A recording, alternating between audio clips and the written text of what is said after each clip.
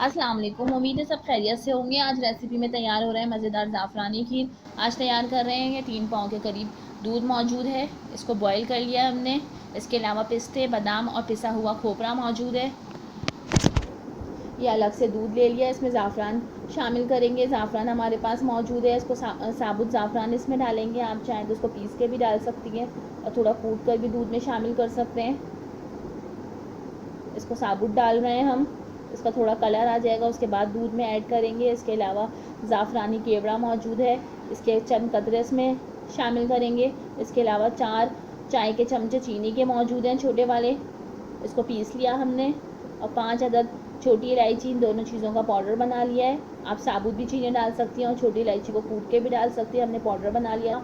ये आधी प्याली से भी थोड़ा कम चावल मौजूद है, इसको 2 घंटे के लिए भिगो दिया था और इस तरह से मोटा मोटा हमने पीस लिया है इसको। दूध ये बॉयल हुआ है, इसमें चावल ऐड कर देंगे। आधी प्याली से भी कम चावल मौजूद हैं, वो इसमें ऐड करेंगे। उसको 2 घंटे के लिए भिगो कर और फिर पीस लिया था। और दूसरा इसका तरीका ये है कि अगर आपके पास बॉयल चावल हैं तो आप चावल बॉयल करके उसको मैश करके और फिर दूध में शामिल करिएगा। आप दोनों तरीक़ों में से जो तरीका आपको सही लगे आप इस तरह से कर सकती हैं। इसको कम से कम 15 मिनट के लिए हम पकाएंगे।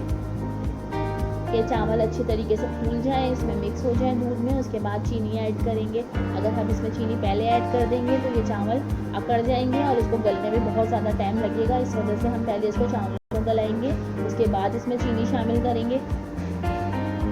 इसमें उबाल आना शुरू हो चुका है, चावल फूलना शुरू हो चुके हैं। अब इसको हमें गलाना है, अभी थोड़ी देर इसको पकाकर और इसको गलाएंगे। उसके बाद बाकी की चीज़ें इसमें ऐड करेंगे।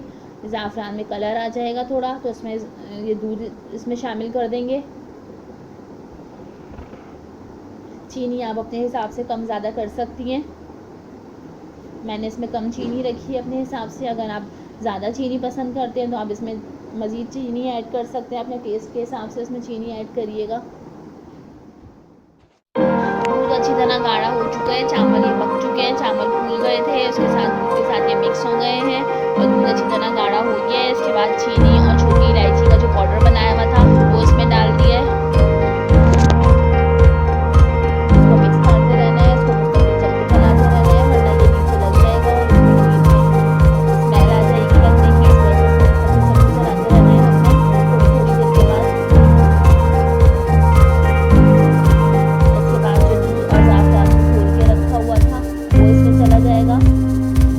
दूध और ज़ाफ़रान इसमें डाल दिया। हम देख सकते हैं दूध का ये कलर चेंज हो गया है, हल्का येलो कलर हो गया। अगर आप लोग का तेज़ कलर रखना है तो आप इसमें ज़ाफ़रान मज़ीद इसमें ऐड कर दिएगा। बिल्कुल लाइट कलर इसका चेंज करना था तो इस वजह से ज़ाफ़रान थोड़ा सा ऐड करें।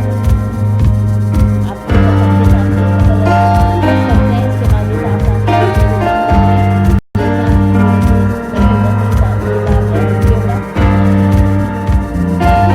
ज़ाफ़रान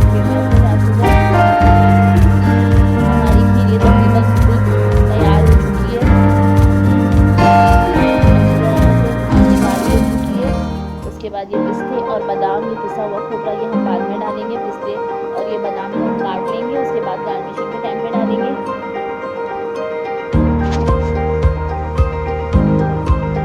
ये देख सकते हैं आप कितने अच्छे तरीके से सारी चीज़ें मिक्स हो चुकी हैं,